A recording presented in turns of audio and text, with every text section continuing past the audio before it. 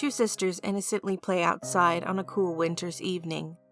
No one could know that one of them would vanish into thin air in the blink of an eye. Join me, Lee Nix, as we cover the disappearance of Mikelle Biggs on A Memory of Malice.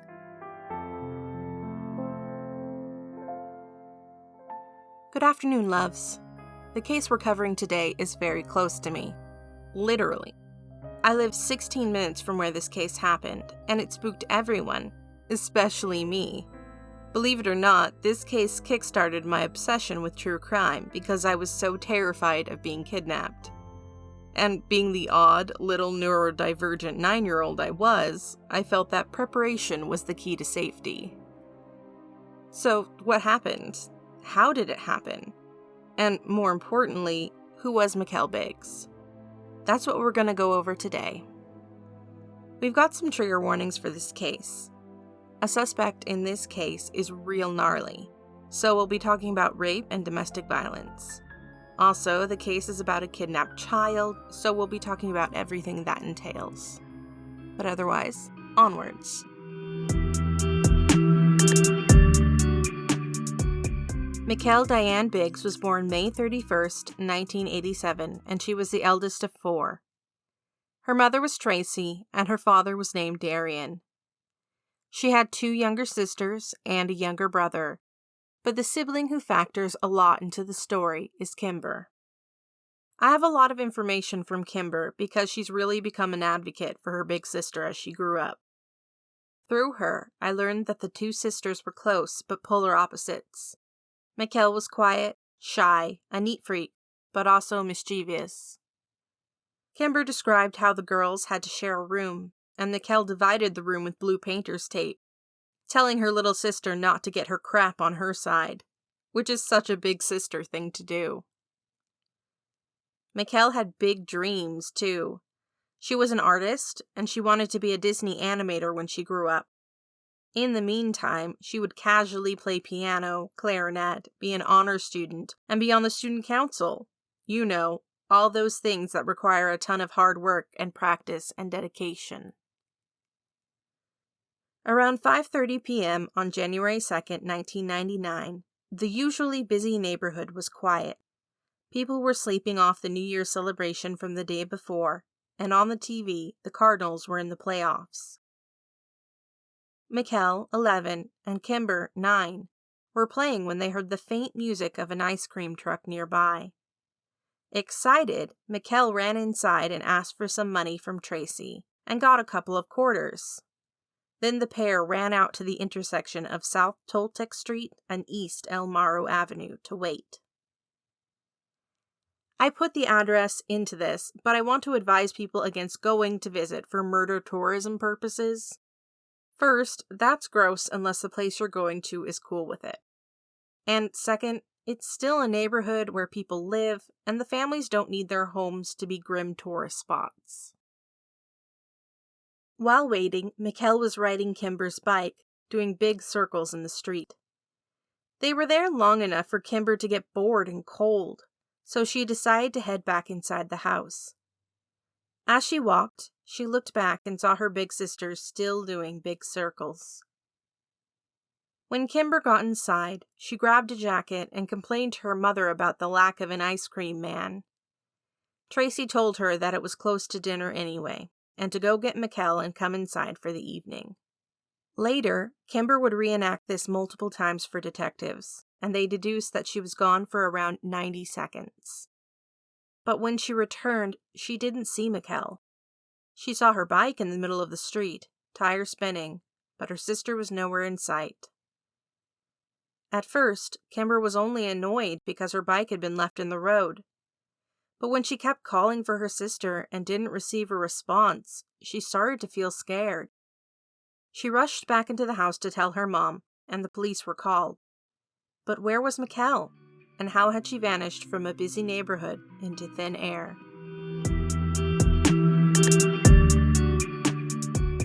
The police and public response to this case was nearly instantaneous. There was a helicopter in the air in 30 minutes, and there was just this man with a loudspeaker in it telling everyone that there was a missing child. Thousands of people were out in force, breaking the neighborhoods into grid sections and searching. Meanwhile, the police were going door to door and asking to do searches. Other officers had compiled lists of all nearby sex offenders and were paying them visits. One man was both a neighbor and a sex offender and was visited by police that night. He even allowed the police to do a cursory search of his property. His name was Dee Blaylock. However, according to his wife, Dee had been in his garage all evening watching the Cardinals game. This seemed to clear him, and the police were forced to move on. As the night dragged on, still no sign was found of Mikelle, and police turned their attention to routine suspects. Only 1% of all child abductions are by strangers. Most children are taken by someone who knows them. So when a child goes missing, it only makes sense to look at family and friends.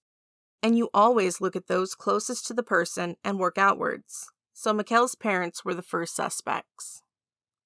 Tracy was eliminated quickly. She had no opportunity to take Mikelle in the 90-second window. But Darian needed a closer look. Police found it suspicious that he didn't seem emotional. Which is bullshit. I've said it before, but people react to things very differently. The investigation cleared him because your demeanor doesn't equal guilt. Later, Darian would say, "I never broke down, cried on camera. 1, because that's private, and 2, because I felt like if I lose it that way, I'm going to lose it completely. I do have a family to take care of still." As the investigation continued and the days moved on, it was clear that there wasn't much to go on. There was no physical evidence, no DNA, no fingerprints, nothing. The police kept Kimber's bike, but testing throughout the years has never managed to pull anything from it. If you look at the crime scene, there might be a reason why. Detectives believe that Mikelle was running from someone when she was grabbed. She had dropped her quarters and the bike in the street and fled, but was caught and taken. If the kidnapper never had contact with anything at the scene, then there wouldn't be a chance to leave anything behind. So the police had to either find Mikelle or get a confession. Nothing else was going to close this case. Unfortunately, there weren't that many leads to go on. The first thing that most people have heard of about this case is the ice cream truck. If you want to know a silly thing about me, this case is the reason I've always been freaked out by ice cream trucks. If you'd asked me and my fellow third graders at Humphrey Elementary, an evil ice cream man had dragged Mikelle into his truck and driven her away. In reality, that's not the case. Every ice cream man in the area was thoroughly checked by police, and all of them were cleared. During a People Investigate special on this case, it was theorized that perhaps a child predator was playing the ice cream music on a tape to lure a child out. But I find this extremely unlikely, and I'll tell you why. Any child, but me, hears the ice cream music and immediately follows it. That means that you might get lucky and get 1 or 2 kids, or you might lure out the kid-pocalypse and get 50. Also, even in the 90s, there were kids with helicopter parents. It's just not a very controllable way of luring out a child on their own. I think that Kimber and Mikelle did hear an ice cream truck. According to the special, Kimber said the music didn't seem to change, but I can confirm that those subdivisions can echo. I just don't think that taped music is plausible. Even though they still freak me out, I think the ice cream truck was just a coincidence. But without that, what was there? The police received thousands of leads, but none of them panned out. They searched homes and the desert. They even dug up what appeared to be a fresh grave, but nothing was there. With no new information, the case just seemed to stall.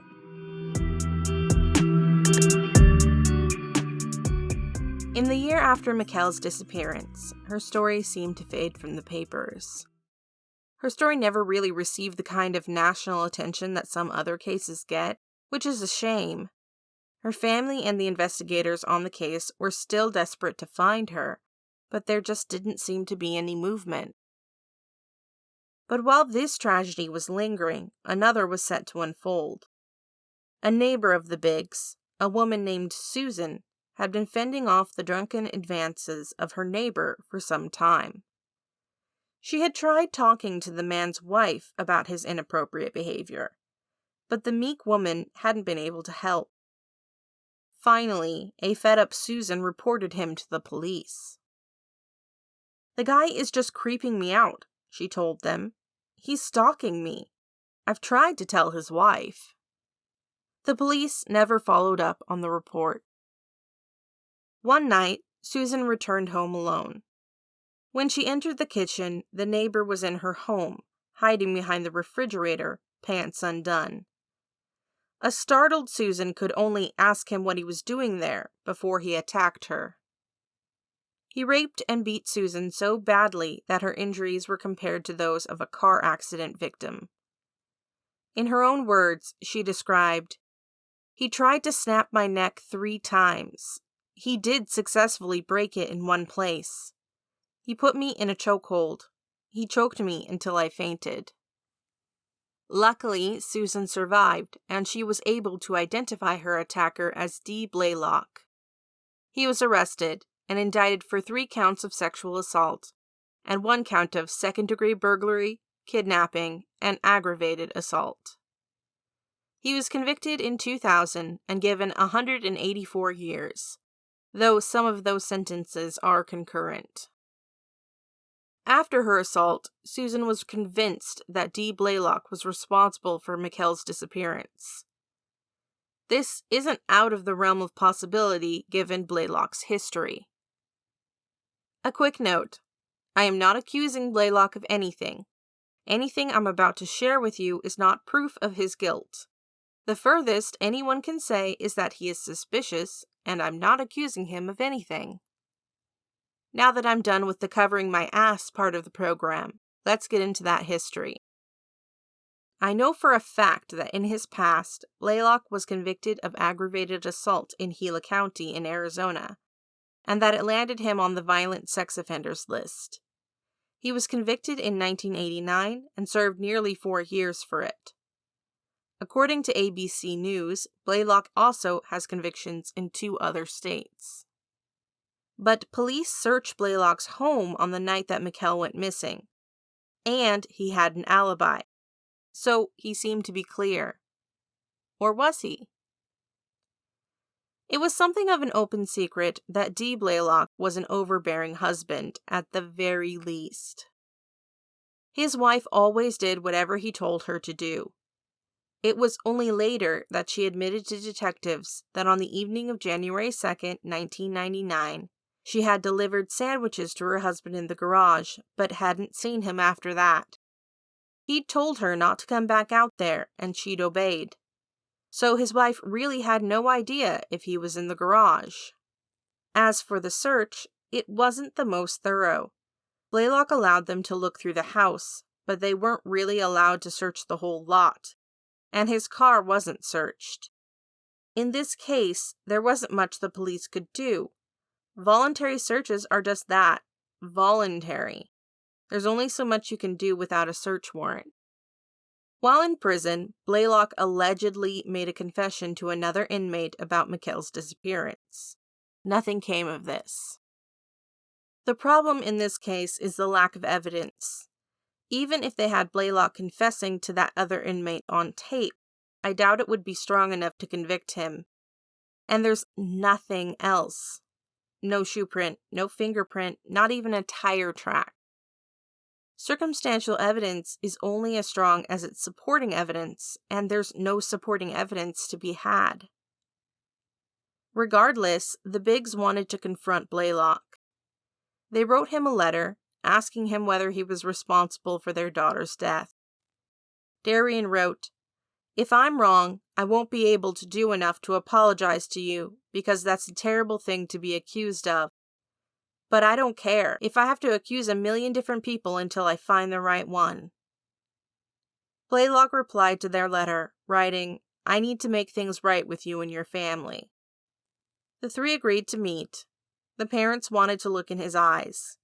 They believed they could tell from his body language if he was guilty. During the meeting, Blaylock denied everything, but the Biggs weren't convinced. They thought he seemed guilty because he kept fidgeting and he refused to meet their eyes. I understand that because they're the parents of a lost child. Still, please remember that there is no way to tell someone's guilt or innocence from their body language. Neurodivergent people struggle every day because people assume that fidgeting and lack of eye contact make you seem untrustworthy. I will say this till I expire, but body language analysis is largely bullshit. But the Biggs left the meeting almost certain that Blaylock had something to do with their daughter's kidnapping. And really, what else did they have to cling to? If there are other serious suspects in the case, they haven't been released publicly. I'd be losing my mind if I had no idea who took someone I loved.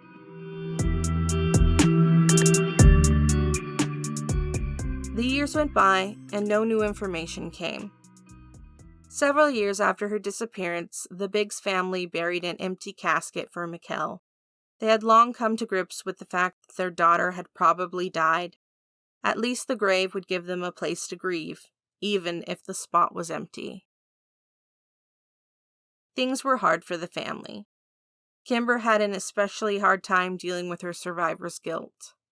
It didn't help that the children at her school were little bastards. They'd blame her for leaving Mikelle alone like it was her fault. Kimber felt at fault for her sister's abduction. She felt like she could have stopped it if she'd been with her. That's unimaginable. A 9-year-old child shouldering the guilt for her sister's kidnapping. She talked about how she'd cry herself to sleep at night, and that just hurts to think about. Kimber wasn't the only one hurting. Tracy and Darian's marriage didn't survive Mikelle's disappearance. They divorced, and Darian remarried. He had a daughter, who would have been Mikelle's half-sister. In March of 2018, a dollar bill was found in Wisconsin and handed to police. Around the edge of the bill, in childish handwriting, was written, "My name is Mikelle Biggs, kidnapped from Mesa, AZ. I'm alive." But Mikelle wasn't spelled Mikelle. It was spelled Mikel. This was a pretty obvious hoax from the get-go. Mikelle was an 11-year-old honor student. She could spell her own damn name. Whoever the asshole was that decided to do this, they couldn't. This is hardly the first hoax in this case. Someone once called Darian and told him they were holding Mikelle for ransom. They found out after tracing the call and sending in SWAT that it was a 12-year-old boy. I hope he shat himself soundly, the little prick. It's not a prank to call the grieving parents of a missing girl and pretend that you have her. 2 girls got in on the action by pretending that a man had tried to kidnap them from their schoolyard.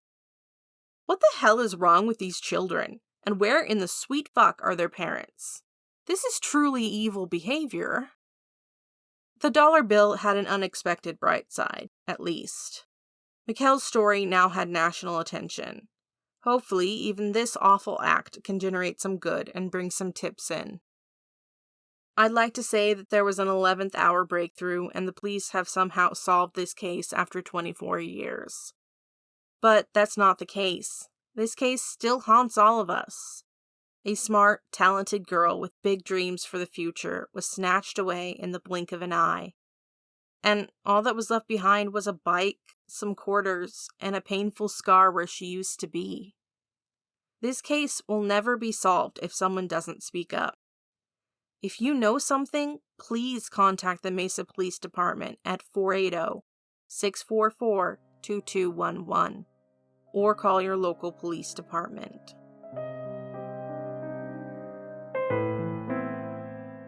That was the case of Mikelle Biggs. I learned a lot about the case while I was researching it, and I found myself relating to and feeling so bad for Kimber. She went through so much unimaginable trauma, but she's still fighting for her big sister.